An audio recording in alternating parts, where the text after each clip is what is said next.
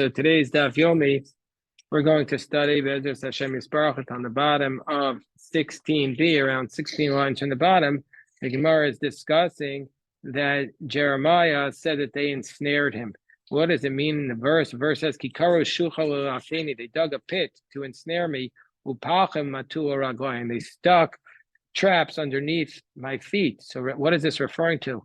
Rabbi Lazar says that Jeremiah was saying shechashtu mizona, they accused him of being with a prostitute. Rabbi Shmuel Bar Nachmani says shechashtu mi'eshes ish, accused him of being with a married woman.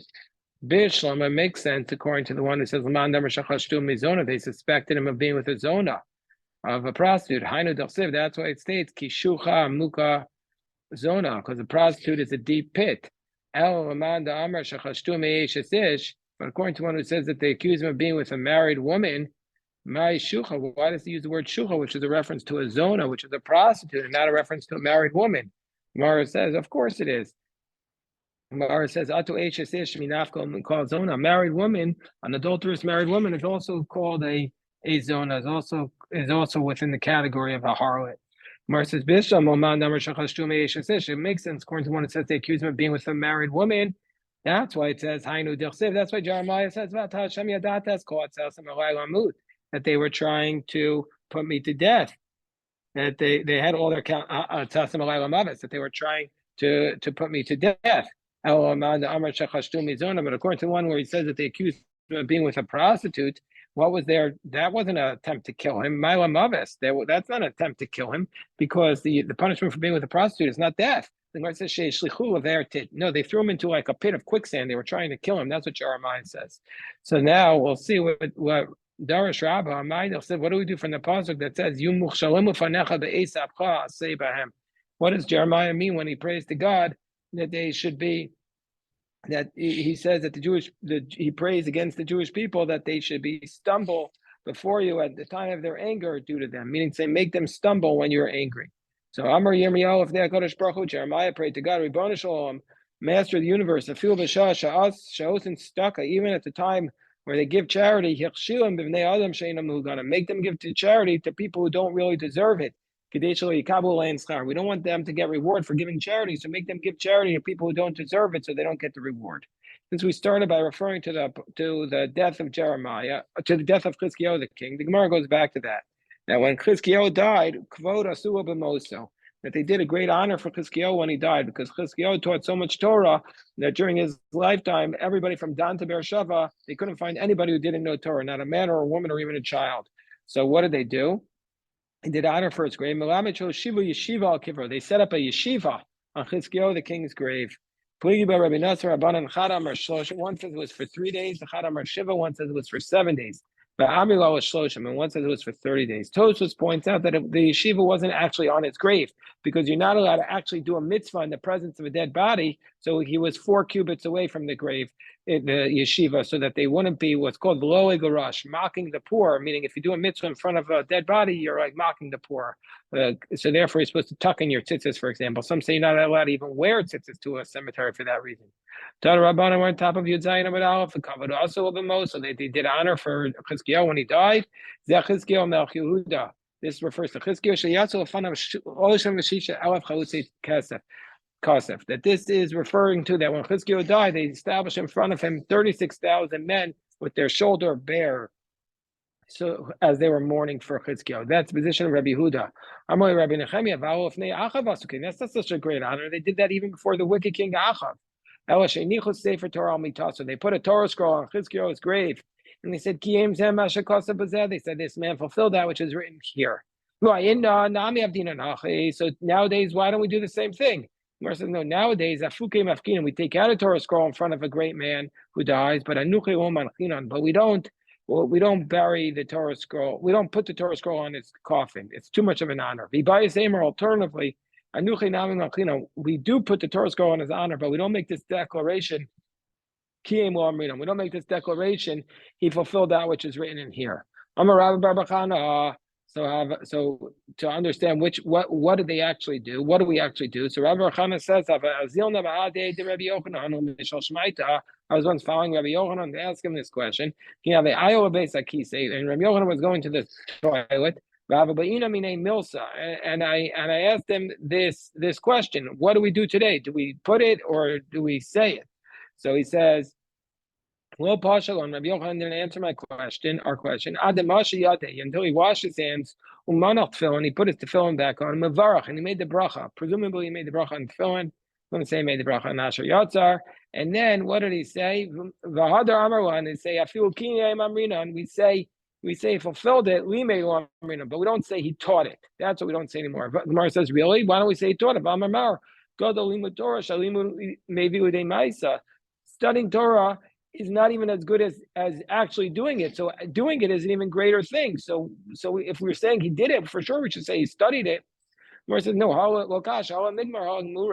to study is not as great as doing, but to teach is the highest honor. So that we can't assume that after Moshe Rabbeinu and after Chizkiah the king, we can't assume that anybody fulfilled this aspect of praise that we could say that he taught the Torah. Nobody can even come to that level anymore at their eulogy. What do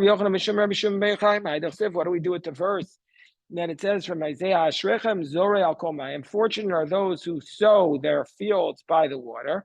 Mishalchei regel ashor v'achamor. They send forth the ox and the donkey to plow their fields. So what is this referring to? So it says, Rabbi Yochanan, Rabbi Shimon Yochai, Kol Osik b'Torah Gmilas Chasadim, whoever engages in Torah study and acts of kindness, Zochel and Nachal Shnei Shvatim, will merit to receive the inheritance of two of the tribes. Which two tribes? Issachar and Joseph. As it states, Ashrechem Zorei.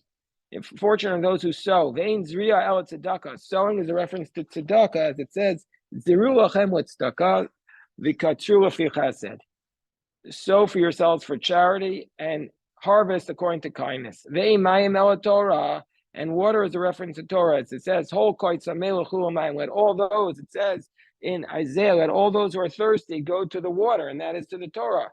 And they inherit, and they merit to inherit the two tribes. What does that mean? Yosef, they inherit a canopy like Joseph, because it says Ben Porat Yosef, Benot Sada Alei Shor. The Ben Porat Yosef, the daughters are lifting up their necks to see the ox, and that's a reference to Joseph. And they merit the inheritance of Yisachar because it says Yisachar Chamor Garem. Yisachar is a jawbone donkey. So so we see from here that this is a reference to Joseph and Yisachar. Is the Amri, others say, Ivan Noful in front of Yosef. The enemies will fall before him like Joseph. Because it says, Bahem Amim Yinagach Yachtav Afsei Aretz. About them, the nations will be gored together from the ends of the earth. V'zochel abina ki Yisachar. And on merit understanding like Yisachar, as it says, Yisachar Yodei Bina Itim Wadat Ma Yasel Yisrael. So Yisachar so Joseph is a reference to ox, and and Yisachar is a reference to understanding. We will return to you to this beautiful first chapter of Bava Kamma called Arba Avos Nezikan. But really, the first 5 chapters of Bava Kamma are all one long sugya. So we're going to keep going here. How is the ox? We said that the ox is a muad, meaning to say muad means that there is an expectation that it's going to act in this manner. So there's an expectation it's going to act in this manner and do damage with its foot. So how is it expected to do damage with its foot? Lishbor b'derech hilucha. It's expected to break things. L'shaber b'derech hilucha, to break things in the normal manner in which it walks. And then the Mishnah presumably restates this, and the Gemara is going to ask why. An animal is also a muad that we have an expectation. An animal is going to walk in its normal manner and to break things. But let's say it kicks. Or let's say pebbles jump out from when it's walking. The tzroros, remember this word, it's a very important word. The pebbles jump out from under its feet. That you're walking in the normal manner, your ox, and then it kicks up pebbles, and the pebbles break your utensil. So if it kicks, that's goring. Or if the pebbles jump out from under its foot and do damage, then you pay half damages. Darsalakli, let's say the ox walks on a utensil, vishavarto, and he breaks it. Vinafalakli, vishivro, and then this broken utensil falls on another utensil and breaks it. So Arisha Masham Nezik Sham. For the first one, you're going to pay full damages because that's regel, because that's the normal manner in which it walks, and it's always a mu'ah to do damage by walking. But the second one, then you're going to pay half damages, Masham Chatzi Nezek, because that's sroros, that's the pebbles, and you only pay half damages for pebbles. A tarnagolin, a chicken, mu'adin l'halach kedarkan. A chicken is also a mu'ah to do damage in the normal way it walks, or shaver, and to break it. Let's say that a utensil tied to its foot, or let's say it's hopping, or let's say it's hopping, the unusual manner of moving, then misharim chatzi nezik, then it pays half damages. So says the Gemara.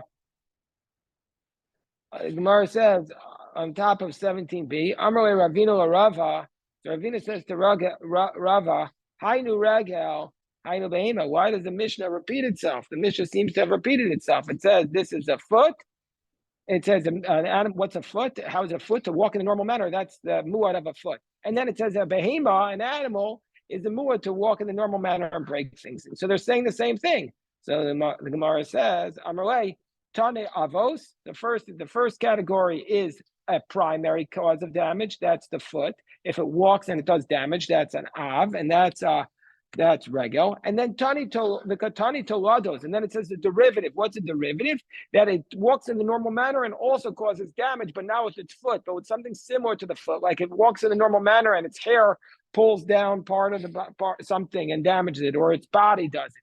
So it's still full damages, but it's not called a primary category. It's called the derivative of the primary category, but still regel, and you still pay full damages. Yeah, Bill. The derivative in the Mishnah is the second verse. The behema is mu'edes alech kedarko shaber. No, way before that. The first line of the Mishnah says, "How is a regel a mu'ad? It walks in the normal manner." And then the second line of the Mishnah says, "An animal walks in the normal manner and does damage." So what's the second line in the Mishnah adding? It's saying if he does the damage in the normal manner of walking, just not with its foot. So that's also going to be considered regel, and it's full damages. So the Gemara says, but we have a problem with that interpretation of the Mishnah. El Me'ata, the problem with that interpretation of the Mishnah is that the next Mishnah says, Seifa, the next Mishnah says, Hashem muedes, that the tooth is a muad to habehema muedes. And there it says the tooth is a muad to eat anything that it typically eats. And then an animal is a muad to eat. It says in Yutas days, there it says an animal is muedes to eat fruits and vegetables. So there it can't be that that's a tolda, because that's the same thing. My avos, my toladosika. There, the muah that when it repeats it is clearly an av and not a tolda. So why would we say that this is an av and this is a tolda? So this was the question that what? Because the Mishnayos, we break them up. Bill's saying, why is that considered the end of this Mishnah? Because the Mishnayos are all written together, and the breaks that we make here are just artificial Mishnayos. So they look at it as one long thing and say, this is the next cause in the Mishnah. So when Rava gives that answer, Ravina challenged him based upon the Mishnah on Yotesima Beis. So Rava responds, Bava Kamma. Rava responds to Ravina in a joking manner. He says, Ana shanaychad. He says, I explained the first Mishnah. Now it's your job. Now it's your turn. You explain the second Mishnah. So what's the reason? How can we explain this second Mishnah? So the Amar Ravashi, Tana Shane Dechayev Katani Shane de Behema. Okay, the second Mishnah, the first case is where the animal eats. That's an undomesticated animal and eats something that it typically would eat, and therefore it's a primary cause of damage, and you have to pay full damages. And the second clause of the Mishnah Yutes is where a domesticated animal eats, and we're saying that if they're your animal, you're liable for shame. You're liable to pay full damages for animal eating. The Gemara says because you might have thought to say that since when it talks about the damages from tooth, it refers to specifically a sheep. You send your sheep or your ox in the other person's field. You might have thought you're only responsible for shame from a domesticated animal, not from an undomesticated animal. So we see from here, no, an undomesticated animal is like the domesticated animal in that you're liable. So the Gemara says, if that's the case, So it should have said a behema before a chaya. It should have said the domesticated animal before the undomesticated animal. Gemara says no. Have a great day. Argue well. This daf Yomi teaches you how to argue well in Model UN. You're gonna like you can make any argument stark. So therefore, you do your job. Okay, shkoyach. Have a great day. And so the Gemara says, if that's the case, so the Gemara says no. No, they prefer to say the chaya first before the behema because the chaya came out from a drasha. There, the rabbis had to expound it, and since the rabbis had to expound it, it's more precious to them, so we list it first. So the Gemara says, well, if that's the case, Reisha Nami listnei. So in the first cause, we should list the tolados before the avos because the tolados came from a drasha. So we should list the case of the hair or the body that does damage with its foot before the case of the actual foot that does damage. The Gemara says no. No, the Gemara says. Gemara says no. Hachi hashta? No, they're not the same case. Hasam idi v'idi avos nenu. Hach da asil midrasha chavivle. In the second case, by tooth, they're both avos. They're both the same type of eating. So whether it's a beim or a chaya, we're going to list the chaya first because they're both avos, and so therefore we list the one that we learned out from a drasha first.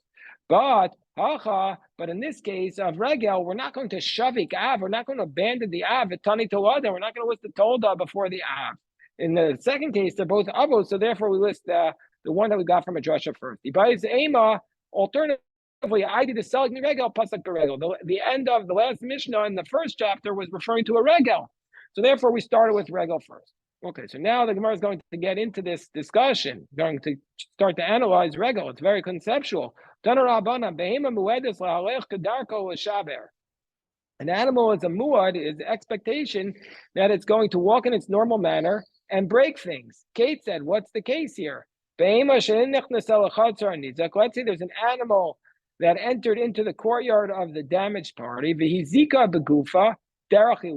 it does damage with its body while it's in the normal manner of walking, or if it's hair in the normal manner of walking, or with if it's saddle, or the burden that's on it, with the bit in its mouth, the bell on its neck, the chamor b'maso, and the donkey with its burden, mishayim nezik shayim. They pay full damages. Why? Because that's regel. All these things are the animal's normal course of walking. It does damage. But sumchus, all of a sudden we introduce sumchus, a very famous position of sumchus, so everybody should remember sumchus.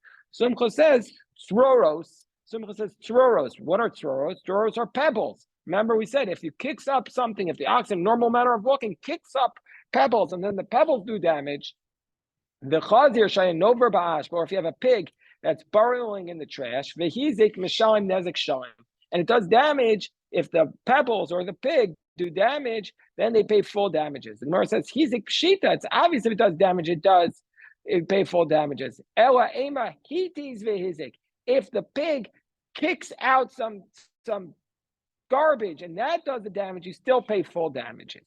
So hitis vehizik nezik mishayim nezik shayim. So the Gemara says, wait, let's analyze this brisa. All of a sudden, Sumchus is talking about pebbles. Tzroros, mandachar shmaya. Why are you talking about pebbles all of a sudden? Nobody's talking about pebbles. Tzroros. The Gemara says, chisturi mechsara. So the Gemara says, we're missing language from this brisa. We have to amend the text.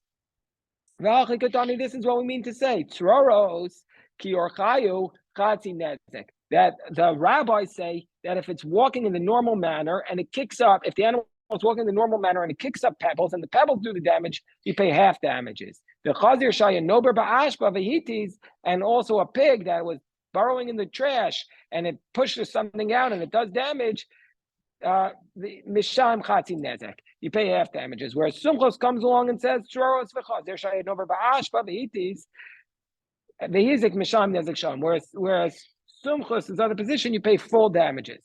So okay, so the rabbis say Tan Rabbanan. Let's say you have a chicken that's fluttering. Okay, so again, just what we said, that if it's pebbles, the rabbis say pebbles are half damages, and Sumchus says pebbles are full damages. So let's say we have the following case. Let's say you have a chicken that's fluttering from one place to another. And with their actual wings, they do damages. Then Misham Nezek Sham. That's regel, that's basically like foot, and you pay full damages. But let's say they do the damage with the derivative of their wings, i.e., with the wind that their wings caused, then Mishalmin Chatzi Nezik, you pay half damages. Sumchos Omer Nezik Shalom. Sumchos says that's Tzoros, so you pay full damages. Tanya Idach, another price. Tarna, go and show you Mahadsin Al Gabe Itza. Let's say you have a chicken that's hopping on dough. The Al Gabe Peros, the chicken is hopping on fruits. Vitinfo o Nikro, let's say they dirtied it. They went to the bathroom on it, they got it dirty. Mishalim Nezik Shalim. So that's the normal regel. That's foot. They pay full damages. Hello, afro throwers, but if they kicked up dirt or pebbles and that fell on it, Misham and Chatzi Nezik, they pay half damages. Sumchas Omer Nezik Shalim. Sumchas says again, this is the case of full damages because it's throwers. Third brisa. Tanya Idach Tarna Golsha Yamafriach Mimakam Umakam. Hold on one second, Jeff. Okay, Jeff, what's your question? They pay half damages because it's not expected, it was indirect. We're going to get to that. Why, Jeff, wait 1 second. We're going to get to why you're paying half damages according to the rabbis. We'll see why you pay half damages. We're going to get to that. So, let's say you have a brisa that says that the chicken was flying from one place to another, and the wind comes out from underneath its wings, and it breaks the utensil, so it pays half damages. Again, this is tzoros. So we see from here, stomach ravana. We see that this anonymous price is like the rabbis who say that in the case of tzoros, where there's the indirect damage, you pay half damages from foot. So Amarava Bishlam. So now let's get into the logic. Why are you paying half damages according to the rabbis? And why does Simcha say you pay full damage? That's exactly the question Jeff just asked. So says Rava Bishlam Simcha. I understand Simcha's logic. Why? Because Sabar, he's on the position Kocho Kagufo. He says it doesn't matter if the animal pushes it directly with its body or if it comes from the force of the animal. It's the same idea. So he says, Kocho Kagufo Dami, so you pay full damages. El Rabbanon. But I don't understand the position of the Rabbanon. Ikagufo Dami. If the rabbis say that this is coming from the force of the animal, we should make it pay the full damages. We say the pebbles are not from the force of the animal. Then, if it's Lav Kagufo Dami, Chati Nezek, Nami Lo Lashami, should also not pay half damages. So the Gemara explains. So what's the logic of the rabbis? Yes, it is coming directly from the animal, but it's just a law from Moshe at Sinai. It's just halacha Moshe Sinai. That's all. We have no logical explanation to say why you pay the full damages, other than this is halacha, why you pay half damages in the case of pebbles, other than the fact that this is halacha Moshe Sinai. That's what the rabbis say. Hilchos Gemira, it's just a law from Moshe at Sinai. Now you pay the half damages. That's the only way you could explain it. So the Gemara says as follows: Amarava kol shebezav tame. Now a zav is somebody who transmits tumah, a man who has this flow from his body. He transmits tumah not only through touching, but also by going over something, placing their force over something. So kol shebezav tame, anything that's tame, that a zav makes tame, b'nizyakin masham nezek shalim. That by damages you pay full damages because you actually touched it directly.